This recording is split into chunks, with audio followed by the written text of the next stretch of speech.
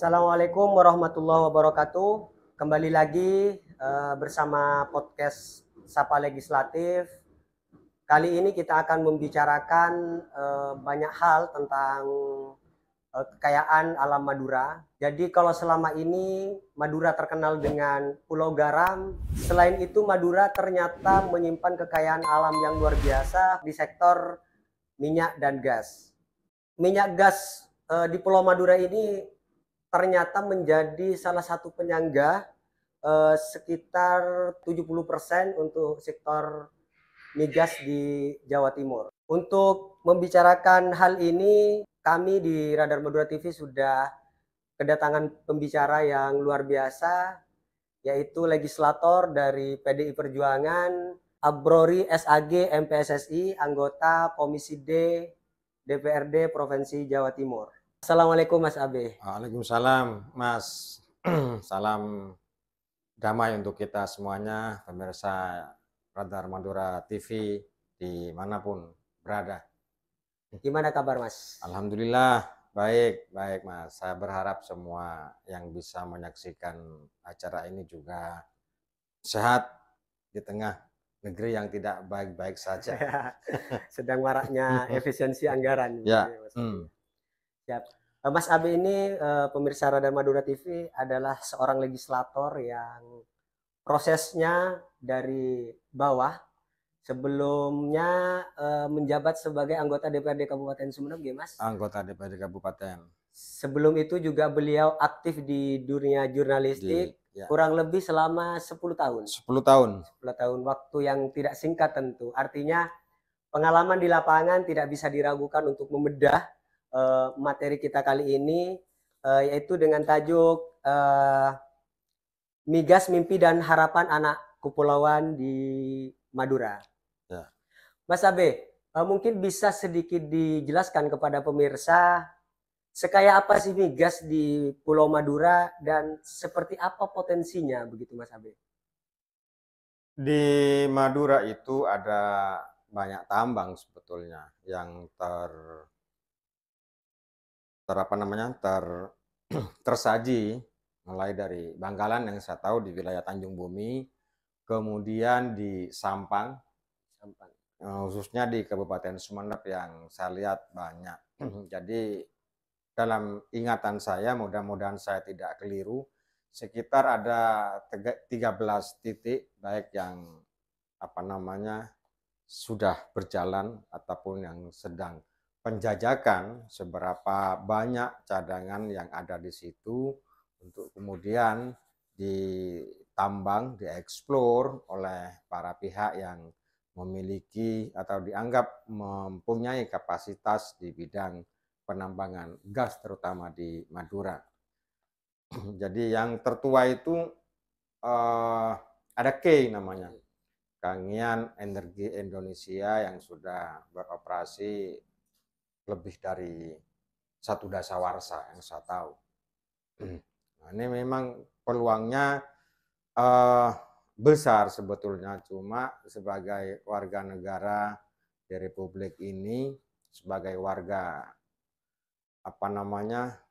Madura, akses untuk tahu terhadap kekuatan gas, seberapa besar yang dikeluarkan dan seberapa besar yang dikembalikan ke bumi Madura, di posisi itu kami ini tidak pernah tahu persis, karena yang bisa kami ketahui hanya angka 6% untuk daerah penghasil.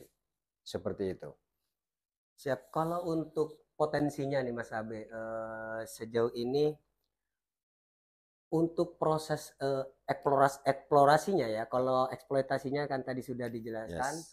Untuk eksplorasinya sendiri itu kalau di Pulau Madura itu informasi yang beredar kan cukup gencar juga sudah dilakukan, salah satunya oleh SKK Migas di wilayah utara Pulau Madura. Ya.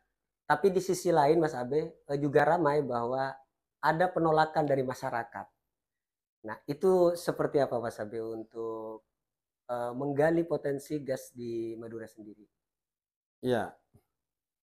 Jadi kemarin seingat saya, mungkin Radar Madura TV juga menyiarkan ada aksi kejar-kejaran. Siap. antara pihak yang melakukan survei dengan warga sekitar di perairan Kangean atau tidak jauh dari titik yang dijadwalkan untuk dieksplor, untuk dieksploitasi. Nah, dari awal, jadi kalau teori besarnya itu Mas kan ketidakjelasan pada awalnya berpotensi tidak jelas pada akhirnya. Nah, di posisi itu masyarakat kepulauan belajar dari kisah-kisah masa lalunya, terutama tentang awal penambangan di sebuah desa. Ada namanya Desa Pagerungan gitu ya. Itu masyarakat ya hanya tahu ada itu satu. Yang kedua, tahu bahwa di titik itu, di Pagerungan itu menghasilkan. Yang ketiga, selebihnya nggak tahu nih siapa yang bermain. Karena wilayah kabupaten itu tidak diberi kewenangan untuk menambang langsung. Jadi sesuai dengan regulasi yang ada itu, maka hasil penambangan itu dikirim ke Jawa Timur. Jawa Timur lah yang mengelola. Kemudian begitu dikelola, 6% yang turun ke Madura, baik di Bangkalan, Sampang, Pamekasan, atau Sumeneb yang disebut dengan daerah terdampak. Jadi hemat saya kaitannya dengan harapan tadi, kaitannya dengan penolakan, saya kira masyarakat kepulauan memiliki mimpi besar tentang bagaimana cara membangun masyarakat kepulauan oleh masyarakat kepulauan yang di situ ada potensi. Nah, oleh sebab itu, aksi penolakan kemarin saya kira adalah permohonan dari warga. Ayo kalau mau tambang, tambang aja. Karena memang warga negara itu tidak bisa menolak sepanjang negara berkepentingan. Tetapi ini harus jelas dong. Masyarakat sekitar ini sebagai penonton, sebagai salah satu penikmat, atau sebagai pelengkap penderita. Nah, Siap, siap. ini yang menurut saya perlu clear antara pemerintah pusat, pemerintah provinsi, maupun pemerintah kabupaten, supaya kalau Anda untung, rakyat juga untung. Kan itu konsepnya. Artinya ada informasi yang tidak sampai secara utuh, di samping juga kemungkinan yang dirasakan oleh masyarakat selama ini kekayaan migas ditambang, akan tetapi masih serasa belum menikmati dampaknya begitu, dampak langsung dari hasil kekayaan alam buminya begitu Pak Mas Abi. Ya, saya juga nggak tahu ya kalau kita buka peta di seluruh Indonesia ini, terbesar misalkan pertambangan, kita masuk dari skala besar dulu ya. Kita masuk dari Timika misalkan yang merupakan penghasil emas terbesar di dunia. Oke. Maka pertanyaannya, mengapa masyarakat di sekitar Timika itu, yang di situ ada emas ribuan ton dengan omset triliunan per tahun itu, masyarakat sekitar itu nggak terdampak tadi itu, satu. Yang kedua, misalkan di Cepu. Jadi Cepu ini Bojonegoro yang berbatasan dengan Blora. Masyarakat Cepu pun melakukan hal yang sama. Lalu yang ketiga, di Nusa Tenggara misalkan di Nyomon. Sama juga. Nah, kalau kemudian masyarakat Madura itu seperti ini, maka masyarakat Madura, terutama wilayah terdampak, wajar dong kalau bertanya, emang penambangan itu sebercanda ini? Kan enggak gitu ya. Kan enggak, maka perlu penjelasan dari awal siapa kebagian apa dan seterusnya, supaya masing-masing pihak ini tidak saling curiga, supaya masyarakat juga hak-hak atas kedaulatan teritorinya merasa pantas untuk mendapatkan sesuatu yang dikeruk dari situ. Maka cara mendapatkannya ini kan macam-macam. Bisa misalkan masyarakat terdampak itu oleh corporate diangkat menjadi salah satu bagian dari tenaga atau SDM di perusahaan itu. Kemudian ada arus balik. Jadi kasus beberapa tahun yang lalu ketika Madura itu gelap tahun 91 ya. Jadi yang bercahaya itu jadi situ, di luarnya Di gelap. luar gelap. Nah, ini yang saya kira perlu duduk bersama calon investor, calon penambang, pemerintah dari hulu sampai hilir, plus warga yang ada di sekitar itu, supaya kehadiran warga itu betul-betul ada. Walaupun memang di Undang-Undang Dasar bahwa bumi, air, dan kekayaan yang terkandung di dalamnya memang berbunyi untuk dikelola negara dan sebesar-besarnya untuk kepentingan masyarakat. Bunyinya seperti itu. Realisasinya kan tidak masyarakatnya ya. masih belum Nah, menyentuh. itu yang saya kira diminta oleh masyarakat kepulauan, terutama di Kepulauan Sumeneb, karena di Kepulauan Sumeneb itu kan banyak penduduknya gitu ya. Jadi kita punya 27 kecamatan, lalu sepertiganya itu ada di kepulauan. Ya wajar dong, misalkan warga kepulauan ingin ambil bagian dari itu, supaya dia merasa dianggap ada. Ini kalau masyarakat tidak dilibatkan, masyarakat bisa mengambil hukum sendiri. Artinya penolakan bisa saja semakin besar begitu ya Mas. Saya duga begitu. Jadi kalau masyarakat, ya kita aja lah. Lalu ada titik di dekat rumah kita yang ditambang besar-besaran, lalu apa namanya, akibatnya kita berdampak kepada kita, kemudian kita tidak mendapat manfaat dari itu, jadi penolakan itu akan terus bergulir sampai kemudian ada kejelasan dari para pihak yang berencana untuk mengelola, menambang, mengeksploitasi ataupun mengeksplorasi sebagai tindak lanjut dari Undang-Undang Dasar tadi itu. Sepertinya kalau kita melihat ya Mas Abe, perlu tidak nih pemerintah, kalau roadmap besar untuk satu pembangunan kan kadang yang banyak dibicarakan itu hanya persoalan dampak terhadap lingkungan tanda kutip. Ya. Tapi dampak terhadap sumber daya manusia atau persiapan untuk sumber daya manusia sekitar itu seolah-olah hilang di telan pembicaraan begitu Mas Abe. Penting kiranya tidak Mas Abe untuk eksplorasi migas di Pulau Madura ke depan, pemerintah di sisi yang lain juga menyiapkan sumber daya manusia yang unggul begitu, sehingga serapan tenaga kerja juga lebih maksimal dan kesejahteraan kepada masyarakat juga bisa terdampak. Ya, itu menurut saya keniscayaan ya, haruslah seperti itu. Kita punya contoh misalkan di PLTU di Paiton. Jadi sebagian besar masyarakat yang bekerja di situ adalah masyarakat dari luar. Dari luar. Bahkan asing. Apa yang terjadi kemudian? Asing tenaga kerja itu kan selain butuh pekerjaan, juga butuh yang lain. Nah, butuh yang lain ini yang kadang-kadang tidak terkontrol. Makanya tadi betul sudah itu. Jadi SDM masyarakat sekitar eksplorasi itu penting, apa namanya? Kalau laptop itu kan butuh diupdate gitu ya, butuh diupdate supaya mereka sebagai tenaga manusia memiliki kompetensi, lalu perusahaan yang butuh SDM itu mencari yang kompeten ini sehingga nyambung di sini. Nyambung, jadi ada harmoni, kemudian ada komunikasi yang baik, masing-masing pihak tidak merasa ditinggal.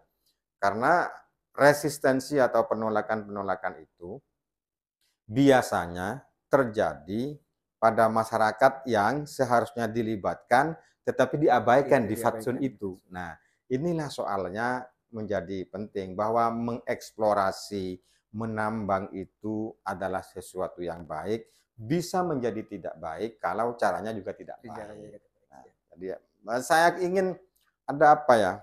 Ada komunikasi, ada circle yang baik antar para pihak supaya tidak saling bercuriga. Karena sesungguhnya masyarakat sudah tahu siapa sih yang bermain di bab ini gitu. Ada pemain-pemain besar dengan keuntungan besar, mungkin dengan modal yang lebih besar, tetapi juga ada para pihak, terutama masyarakat sekitar yang hanya mendapatkan dampak negatifnya itu. Nah, ini saya kira perlu kolaborasi. Ya, pemerintah daerah lah terutama mengumandangkan kepada pemerintah pusat melalui pemerintah provinsi. Ayo duduk bareng. Ini ada potensi ini, lalu potensi ini bisa kita gali dengan atau tanpa menegasikan para pihak yang ada di sekitar itu. Karena secara tidak langsung ketika ada penambangan begitu ya Mas Abe, pekerjaan nelayan juga sedikit terdampak begitu ya Mas Pasti, Abe, pasti, pasti terdampak begitu. pasti. Makanya kesiapan SDM dari wilayah terkait sebenarnya disitulah nanti bisa menambal tertutupnya lapangan pekerjaan yang sebelumnya begitu ya Mas Abe. Iya, jadi karena di Sumeneb itu eh, luas wilayahnya didominasi oleh lautan, maka pastilah dengan menggunakan logika inversif tadi itu, maka pekerjaan yang banyak di Sumeneb pasti nelayan. Nelayan. Tambang terutama yang ada di laut itu, pastilah itu zona yang semula dijadikan para nelayan ini untuk menangkap ikan. Begitu ada eksplorasi, maka ruang-ruang yang tadinya menangkap ikan tadi itu habis. Bahkan dalam jarak beberapa mil itu sudah ada pengumuman dari kayak di Sampang misalkan, begitu ada perahu mendekat sudah diteriaki jangan mendekat. Nah, sehingga masyarakat kemudian tidak berdaulat, sudah tidak berdaulat lalu tidak dibuat terlibat di bab itu, lengkaplah penderitaan kita. Siap, siap. Kalau dari mungkin lebih fokus ke legislatif sendiri ya Mas Abe, sebagai perwakilan DPRD di Provinsi Jawa Timur begitu, sejauh ini peran apa yang bisa diambil Mas Abe secara khusus jenengan begitu untuk mengawal peran sektor migas di Madura ini dalam meningkatkan kualitas hidup dan mimpi-mimpi anak kepulauan begitu.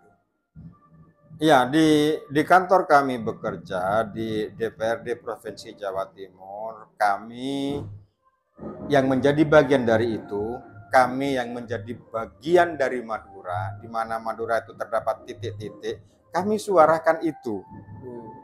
Jadi, ingat loh, Bu Gubernur, Madura itu bagian dari Indonesia, bagian dari Jawa Timur. Bahkan dalam beberapa kali Pilkada Jatim yang menentukan itu Madura. Nah, jangan dilupakan, jangan diabaikan untuk sesuatu yang harus ada. Lalu bagaimana treatmentnya? Harus ada regulasi yang melindungi masyarakat setempat, melindungi masyarakat terdampak dari eksplorasi ini, supaya hak-hak mereka tidak teramputasi oleh misalkan dugaan kesewenang-wenangan para pihak yang memiliki otoritas di bab itu. Jadi kalau sudah gubernurnya hadir, anggota DPR-nya hadir, pengusahanya hadir, masyarakatnya hadir, duduk bareng, selesai itu barang. Nah, kebijakannya juga ikut serta hadir. Ya, jadi kami memang terutama teman-teman wakil rakyat yang dari Dapil Madura ini berjuang bersama-sama. Jangan kemudian Madura itu dibuat stigma bahwa Madura itu terbelakang dan seterusnya. Madura itu tidak pantas untuk mengerjakan itu. Jangan seperti itu. Bahkan dikatakan dengan Belgia. Ya, macam-macam. Nah, inilah kemudian saya dorong bersama teman-teman dari Madura itu agar pemerintah pusat melalui pemerintah Provinsi Jawa Timur membuat regulasi yang tidak menguntungkan sepihak, tetapi bisa mendatangkan keuntungan bagi masyarakat sekitar, terutama di Madura, terutama juga di Provinsi Jawa Timur. Yang ingin saya sampaikan juga selain itu, nah ada transparansi deh. Ada transparansi dari pemerintah, dari pengelola tambang ini. Berapa sih yang dihasilkan gasnya misalkan. Atau kalau misalkan berupa minyak, berapa barrel misalkan per hari. Lalu berapa barrel kemudian yang dialokasikan untuk masyarakat terdampak, masyarakat Madura. Karena kalau kita main teka-teki ini, susah, saling sembunyi begitu. sembunyi-sembunyi, nggak ada yang jelas kemudian. Jadi itulah sebabnya kami dari sisi parlemen sedang menginisiasi, sedang menghimpun data sampai kemudian Madura ini menjadi zonasi yang dilindungi oleh undang-undang. Karena kalau kita lihat di Jogja misalkan gitu ya, Jogja kan daerah istimewa Yogyakarta, ada regulasi yang menaungi keistimewaan Jogja. Di Jakarta ada regulasi yang melindungi kekhususan Jakarta sebagai DKI. Di Aceh juga begitu sebagai daerah istimewa. Nah, karena Madura ini menurut saya teritorinya kan lebih besar dari Singapura sesungguhnya gitu ya. Jadi, yang kedua selain lebih besar dari Singapura, jangan salah, tahun 49 itu Madura ini bukan hanya sebagai bagian dari republik, tetapi pada tahun itu, tahun 49 sampai 50, Madura itu adalah sebuah negara. Ibu kotanya di sini, di Pamekasan. Jadi jangan kemudian pemerintah, terutama pemerintah Provinsi Jawa Timur, ikut arus dengan stigma-stigma tadi. Bahwa Madura itu bukan tempat untuk eksploitasi tambang tanpa memberikan penghasilan kepada masyarakatnya secara pasti. Nah, karena sejauh ini di corporate itu ada CSR misalkan gitu ya. Nah, jadi ada dana-dana sosial yang didapat dan kemudian diberikan kepada masyarakat.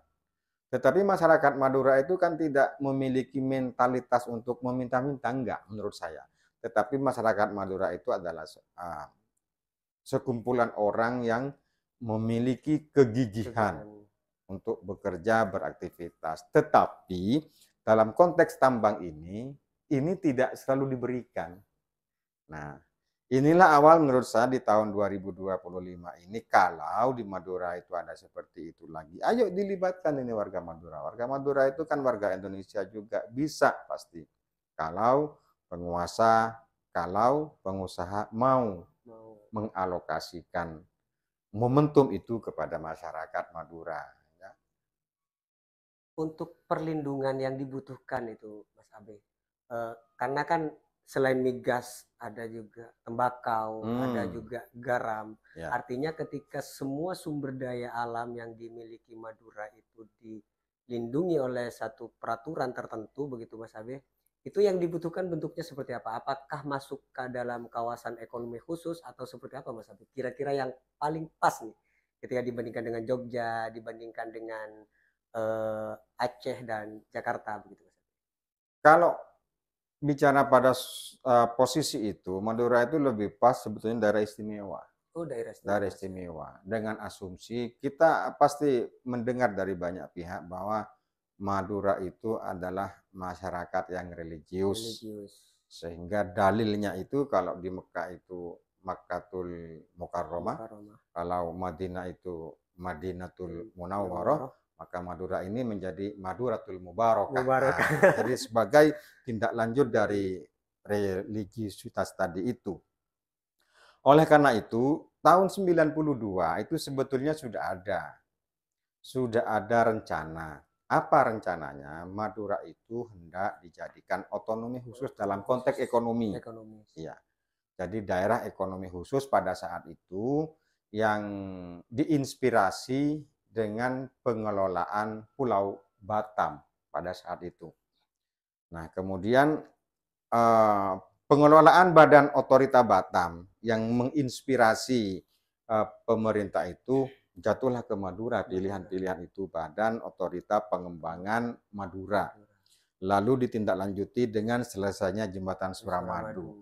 Lalu dibuat lagi namanya BPWS. Nah, tetapi ini kan nggak jalan ini, BPWS malah bubar. Nah, ini yang saya kira di pemerintahan Prabowo ini perlu ada di jajaran kementerian mengkaji kembali bahwa Madura itu potensinya banyak. Singapura itu luasnya lebih kecil dari Lebih kecil dari Madura. Madura. Tetapi mengapa menjadi negara yang kuat dalam sektor ekonomi yang menjadi lalu lintas barang di kawasan Asia Tenggara? Madura itu pintunya banyak. Jadi di sebelah mana ini Tenggara, Negara. kita tuh dekat dengan Australia sebetulnya. Bahkan nelayan-nelayan kita itu di momen tertentu yang lagi musim panen mutiara itu carinya ke Ke hampir ke lautan yang berbatasan dengan Australia. Saya kira kalau misalkan pemerintah menseriusi atau mengembalikan lagi Nawaitu yang dulu pernah terputus itu menjadi badan pengembangan otorita Madura, saya kira Madura ini menjadi lebih baik. Lebih baik dari hari ini. Hari ini kan warga Madura ini kan eksodus. Buka, ya, buka warung Madura di mana-mana. Yang bukanya 24 jam.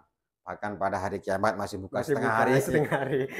Untuk menunggu panggilan kiamat. Ya, itulah sebabnya ayo pemerintah pusat, pemerintah provinsi membuka. Karena Madura ini unik. Jadi apa namanya tidak ditemukan satu teritori yang seunik Madura, yang warganya cukup apa namanya giat untuk berusaha. Tidak ada di tempat lain itu jualan bensin di depan bom bensin, nggak ada. Jadi itu hanya ada di Madura. Maka mengkaitkan dengan urusan eksplorasi eksploitasi ini. Jadi dengan segala hormat kepada pemerintah, saya mohon atas nama anggota DPRD Provinsi dari Madura membuka kembali lembaran. Karena seingat saya itu Mas, itu dulu satu paket. Jembatan Suramadu, BPWS, Badan Pengembangan Otorita Madura. Karena teritori Madura itu berbeda dengan Batam yang ekonomi ansih, maka di Madura kan ada publik yang religius tadi disandingkan. Kalau misalkan semuanya ini dengan potensi yang ada ini bisa digarap serius, saya kira masyarakat Madura itu tidak berlomba-lomba untuk datang ke tempat yang lain. Nanti ketika misalkan diaminkan begitu menjadi daerah otonom begitu Mas Abe, dari sisi pengelolaan, kalau ditarik dari sisi pengelolaan sumber daya itu akan lebih mandiri dan lebih merdeka begitu Mas Abe? Oh pasti. Jadi kalau misalkan ada ini bisa bekerja dengan baik, Badan Otorita Pengembangan Madura ini bekerja dengan baik, maka kita membuat space. Kita itu punya 4 kabupaten. Nah, kemudian ketika di radar nanti, potensi di masing-masing kabupaten ini apa? Kalau urusan migas itu kan potensi terbesarnya kan di Kabupaten Sumeneb. Nah, lalu yang lain-lain itu dibuat apa namanya? Mapping. Sehingga kalau orang misalkan butuhnya fosfat misalkan, atau butuh garam, atau butuh apa, zonasinya kan ketemu ke sini dan seterusnya. Nah, ini yang saya maksud supaya ada kejelasan teritori. Sejauh ini kan dalam keyakinan saya itu kan Madura ini dibuat berjalan seperti ini, seperti apa adanya, bukan seperti yang diinginkan terjadi. Sehingga istilah saya itu mau sampai kapan ini Madura berkembang biak dalam asbak gitu. Atau odik katon tak mate ya. Jadi layah mutu walayah ya tidak bermutu tapi makan biaya kan repot. Nah, inilah yang saya kira perlu direnungkan. Dan Madura itu sebetulnya, jadi kalau misalkan kita buka sejarah, Madura yang asli itu yang ada di Madura, yang lahir dan besar di Madura. Kemudian dari sini menyebar, ada ke wilayah Tapal Kuda dan seterusnya. Jadi jangan dilupakan bahwa Madura itu punya sejarah yang luar biasa. Bahkan panglima perang ketika Indonesia itu belum merdeka, Arya Wiraraja itu dari Madura, yang mengalahkan bangsa Mongol ketika itu. Jadi betapa semangatnya warga Madura untuk beraktivitas untuk kepentingan bersama, untuk kepentingan negaranya, teritorinya, dan seterusnya. Ini terakhir, bagaimana Mas Abe sebagai perwakilan masyarakat Madura di tingkat provinsi untuk memastikan perusahaan migas yang beroperasi ini bisa menjalankan CSR yang tepat sasaran untuk masa depan anak-anak pulau begitu. Terus yang kedua, apakah pemerintah provinsi harus memerhatikan anak-anak pulau, khususnya misalkan salah satu program beasiswa yang dulu sempat ada dan rasa-rasanya belakangan hilang lagi begitu Mas. Dulu kayaknya kalau tidak keliru di Jogja itu ada memang khusus program mahasiswa S1 untuk migas ini Mas Abe. Itu seperti apa Mas Abe harapan jenengan untuk hal ini? Ya, saya ingin sebetulnya para pengelola tambang yang ada di Madura, terutama yang ada di Kabupaten Sumeneb, Bangkalan, dan Sampang, nah itu harus dilakukan. Kaitannya dengan pembentukan SDM tadi itu, bahwa Anda ini seorang penambang, mungkin korporat yang terdiri dari beberapa orang, memiliki keharusan sejarah untuk mengalokasikan tidak hanya pada konteks CSR dan bantuan sosial. Jangan itu kan sudah ada proses sendiri. Jadi dibikinlah misalkan kalau di Jepang itu kan ada Japan Foundation. Di rokok itu ada Sampurna Foundation, Jarum Foundation. Nah, kenapa ini nggak ada?